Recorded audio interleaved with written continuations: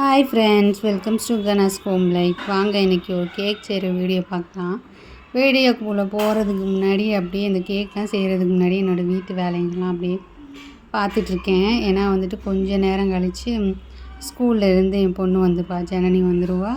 அவளை வச்சுட்டு எந்த வேலையும் பார்க்க முடியாது. அவள் வர்றதுக்குள்ளேயும் அதாவது எப்படி பிளான் பண்ணியிருந்தேன்னா ஒரு 11:30க்குள்ளே எல்லா வேலையும் முடிச்சதுக்கப்புறமா வந்துட்டு கேக்ஸ் பண்ணி வச்சிடலாம். கொஞ்சம் இயர்லியாகவே கேக் பண்ணி வச்சிட்டோன்னா ஈவினிங் வந்து கட் பண்ணிடலாம் அப்படின்னு சொல்லிட்டு இன்றைக்கி எந்த ரெஸ்ட் எடுக்காமல் இன்பிட்வீன் காலையில் குக் பண்ண கையோட எல்லாமே ஃபுல்லாக வீடெல்லாம் க்ளீன் பண்ணி முடிச்சுட்டு அப்படியே வந்துட்டு கொஞ்சம் வாஷிங் மிஷினே துணி போட வேண்டி இருந்திருக்கு.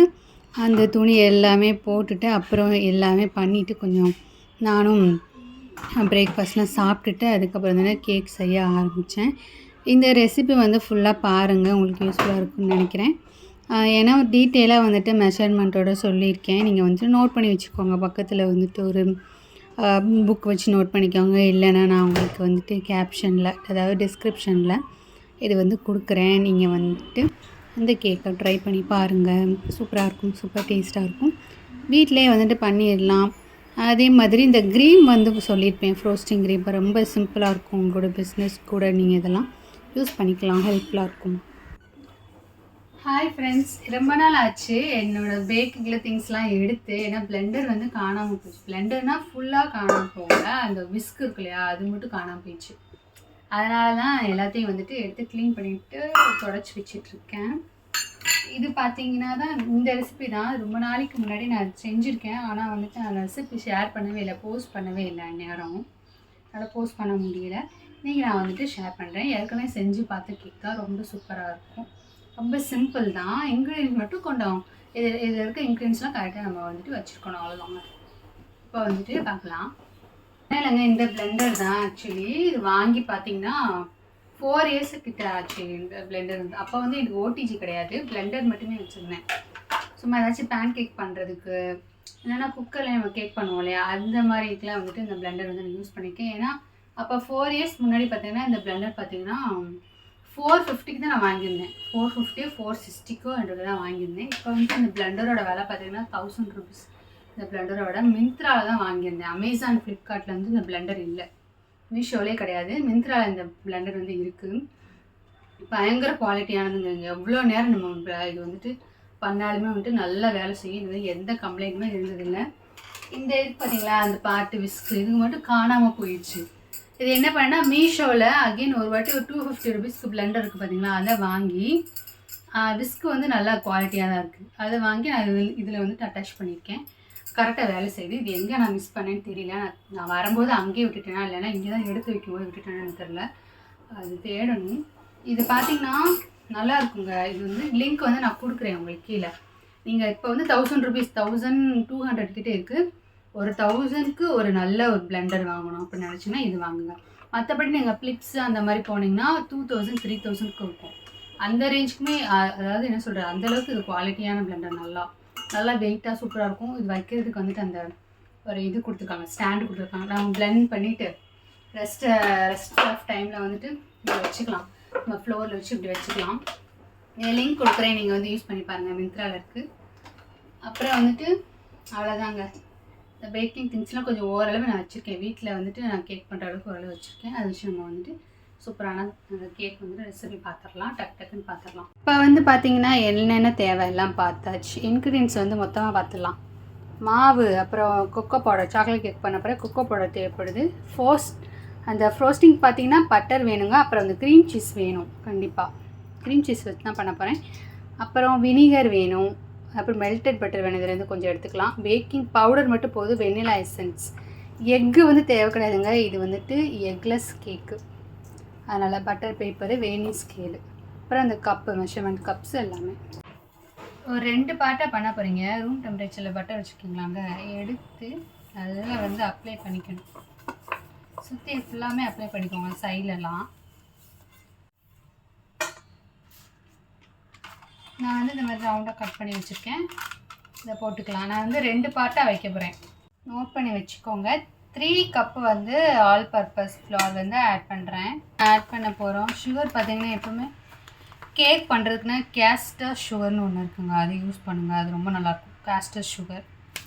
நான் அது வந்துட்டு 2 கப்பு வந்து ஆட் பண்ணலாம். ஆட் பண்ணிக்கிறேன். இன்னும் ஒரு கப் ஆட் பண்ணிக்கலாம். ஒரு கப். 1/2 கப் வந்து சுகரே இல்லாமல், அதாவது அன்ஸ்வீட்னட் கொக்கோ பவுடர் இருக்குது பார்த்தீங்களா, அது ஆட் பண்ணிக்கலாங்க. 2 டீஸ்பூன் வந்து பேக்கிங் பவுடர். 2 டீஸ்பூன். இதை வந்துட்டு இந்த பிளெண்டர் வச்சு லம்ஸே இல்லாமல் நல்லா வந்து மிக்ஸ் பண்ணிக்கணும். இதே வந்து ட்ரை இன்க்ரீடியன்ஸுங்க தனியாக வச்சுருங்க. இப்போ வெட் இன்க்ரீடியன்ஸ் வந்து தனியாக கலக்கணும். கொஞ்சம் ப்ராசஸ் தான். வார்ம் காஃபிங்க இது. பச்சை தண்ணியில் கொஞ்சம் வார்மாக காஃபி போட்டு கலக்கி வச்சுருக்கேன். இதை வந்து 2 கப்பு ஆட் பண்ணணும். வார்ம் காஃபி வார்மாக இருக்கணும், லூக் வார்மாக இருக்கணும். அதில் பார்த்திங்கன்னா 1/4 கப்பு வந்து பட்டர் ஆட் பண்ணிக்கணுங்க. அதில் இதை எடுத்து போட்டுக்கோங்க. அதில் 2 டேபிள் ஸ்பூன் வந்து வினிகர் ஆட் பண்ணணும்.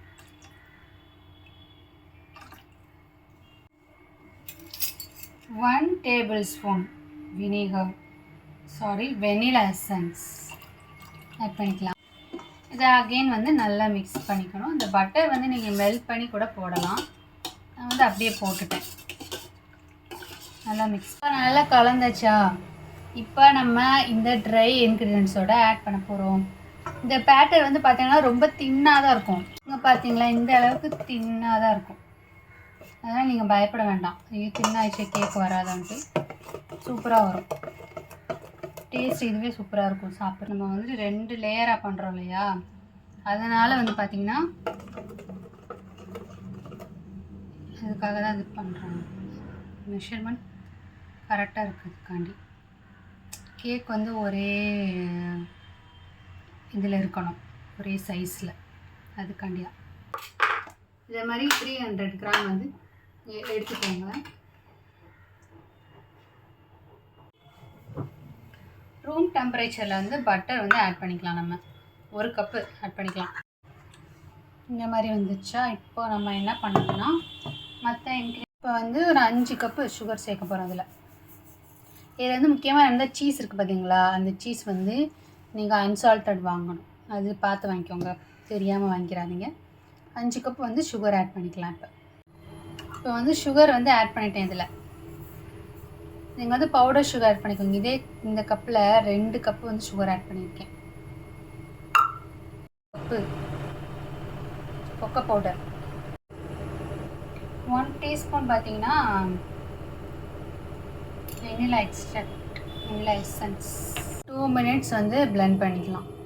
சீஸ் அண்ட் பட்டர் ஆட் பண்ணிவிட்டு நீங்கள் 3 மினிட்ஸ் கரெக்டாக பிளெண்ட் பண்ணணும். அதுக்கப்புறம் கொக்கோ பவுடர், சுகர், வெனிலா எக்ஸ்ட்ராக்ட்லாம் ஆட் பண்ணிவிட்டு 2 மினிட்ஸ் வந்துட்டு நீங்கள் பிளெண்ட் பண்ணணும். மொத்தம் 5 மினிட்ஸில் நீங்கள் வந்துட்டு பிளெண்ட் கொடுத்தீங்க அப்படின்னா இந்த கேக்கோட ஃப்ரோஸ்டிங் வந்து ரெடி ஆகிடும். ரொம்பவே ஈஸி. இதுக்கு மஸ்காபன் கூட நீங்கள் யூஸ் பண்ணலாம். க்ரீம் உங்கள்கிட்ட காமிக்கவே இல்லை, எவ்வளோ சூப்பராக வந்துருக்கு பாருங்கள்.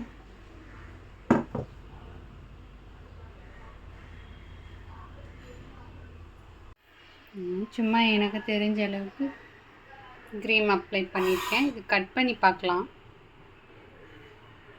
என் ஹஸ்பண்ட் தான் பர்த்டே, ஆனால் வந்துட்டு கேக் கட் பண்ணுறது அந்தளவுக்கு எக்ஸைட்டாக இருக்க மாட்டாங்க. ஜஸ்ட் கேக் வந்து சாப்பிடுவாங்க, அவ்வளோதான். நான் இப்போ கட் பண்ணி ஃப்ரிட்ஜில் ஸ்டோர் பண்ணி வச்சுட போகிறேன். வாவ், கேக் கட் பண்ணும்போது இந்த மாதிரி டிஷ்யூ வச்சு இப்படி தொடங்க, இப்படி பர்ஃபெக்டாக வரும்.